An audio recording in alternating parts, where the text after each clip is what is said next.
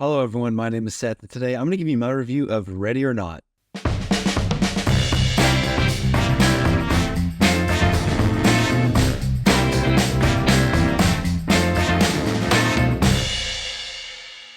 Ready or Not came out in 2019, and I'd always heard good things about it, but I'd never got around to watching it until now. They just announced a sequel, and it is the Halloween season, so I thought, what better time to watch it than now? But before we go any farther, go ahead and like this video, hit subscribe, and hit the bell icon so you never miss a video. We're on the road to 300 subscribers, so go ahead and share this video with your friends, with your family. If you're new here, please subscribe. It'll absolutely make my day. Ready or Not is a film by the Radio Silence group. They also did Scream in 2022, and they did Scream 6, and you would recognize them from one of their shorts from VHS in 2012. But I would say after seeing this film, you absolutely can tell why they were selected to take over Scream. But overall, I think these guys just make a lot of really fun and interesting horror films. And I think Ready or Not is no exception to that. We follow Grace, whose wedding night takes a sinister turn when her eccentric new in-laws force her to take part in a deadly game. This is such a simple idea for a horror film, but it works. And honestly, as a whole, there's not a ton here in terms of the story. But as a whole, I think the idea and the characters in this film are enough to carry this film. Like I said before in some of my other reviews, you can have a movie that's a little bit lighter on story and it still works, and this is one of those films. I'm not going to give any spoilers away just in case you want to go watch this for yourself and you have not seen it. But I think from the trailers you can gather that this family that Grace is marrying into has this tradition, and they do this for all of the weddings in their family. But this go around, Grace just happens to pull a wrong card for the game that they play, and they think that Grace needs to be sacrificed in a ritual before dawn.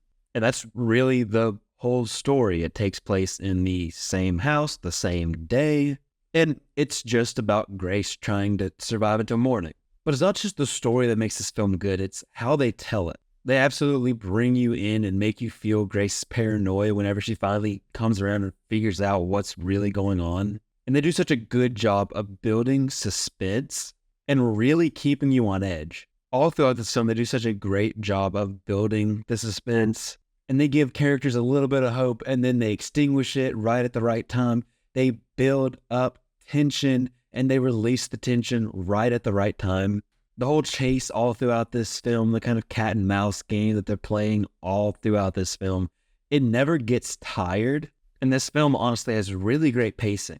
Even though, like I said, the story is simple, the plot's simple, it's not perfect though. I think there's a couple of issues I have there.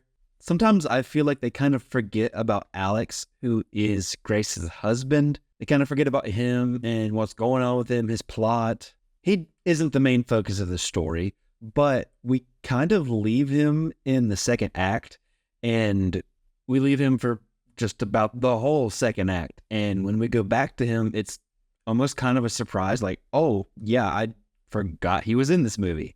I feel like they could have done more with that plot, that character, to add a little bit more of an impact toward the end of the film. And one thing that kind of bothers me getting closer toward the end of the film is that there's this, classic character misunderstanding where like they see something and it's not how it really is, but they assume one thing or the other. And I feel like that's just a lazy screenwriting technique. I hate it when movies have this, oh, it's just this kind of convenient misunderstanding.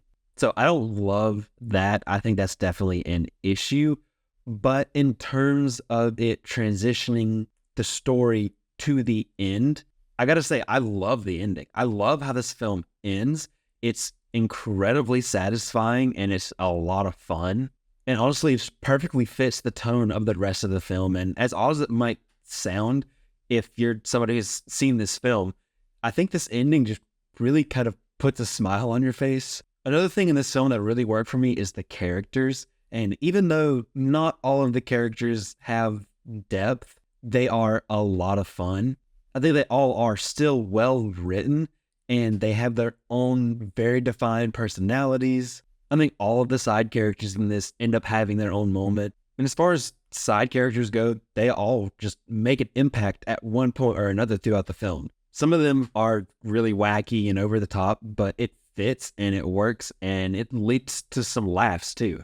I think there's potentially a chance for them to go way too over the top. But like I said, I think they work here and I think they fit the tone that they've established. For me, I think the cinematography adds a lot to this film. I think it adds a lot of the fun. It adds some creativity. And I think it just helps elevate this film from just an average horror film. It just takes it to the next level. You can tell that each shot has a purpose. They're showing you these things for a reason. And everything was carefully planned. I love the camera movement they have here. Even if it's just something simple, it just helps add another layer to this film. And it helps to create just a more visually interesting film as a whole. The sets in this film are absolutely incredible. I think the cinematography also does a great job of kind of showcasing all of these sets. The action is a lot of fun, and they do a great job of kind of bringing you into the action, making you really feel a part of the action to me. I mean, at times it's almost like you could feel what Grace is going through. And as far as horror movies go, this isn't like overly bloody or overly gory, but this is a violent film. So if that's something you're looking for, I think it will deliver. I mentioned earlier that the characters are a lot of fun, but one reason that the characters, I think, work as well as they do is the performances. I think we can officially put Samara Weaving as one of the new modern-day Scream Queens. Her character might not be the, traditional final girl, but she still is an incredible final girl in this film. She connects with the audience in this through her performance, and she's able to draw you in with her performance and kind of make you feel what she's feeling. And I love how you can see her performance change as the film goes on. Grace as a character has to change and has to adapt as the night goes on. And you can see Samara Weaving's performance change as the film goes on. But of course, one of the things that makes a great Scream Queen is the scream. And Samara Weaving has a very unique and genuine and piercing scream in this film. She does a fantastic job. And I think any horror fan can appreciate her and her performance in this film. The other individual standout to me is Adam Brody as Daniel, which is her brother-in-law.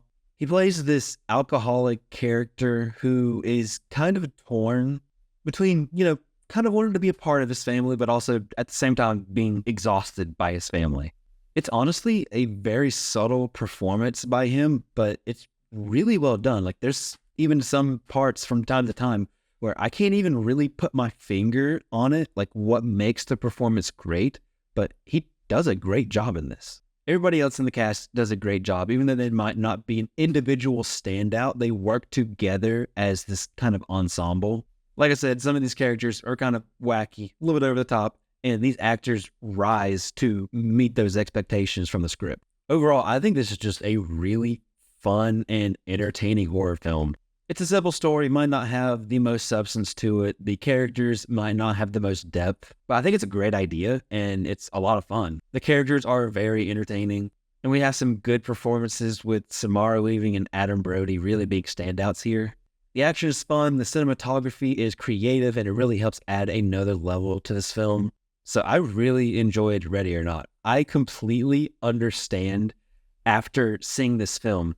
I get why they were approached to do Scream. I think this film is like a perfect kind of audition really for Scream. Even though it's not quite the same kind of like mystery that you might would get in a Scream film, like who the killer is, just the tone I think is right. And I can't wait for a sequel to this film. I don't know what they're going to do. I don't really know where to go from here, but I'm excited to see what they come up with. I'm going to give Ready or Not a 4 out of 5. But that's it. That's my review of Ready or Not. Have you seen this film? Let me know what you thought in the comment section down below. I'd love to have a conversation with you about it.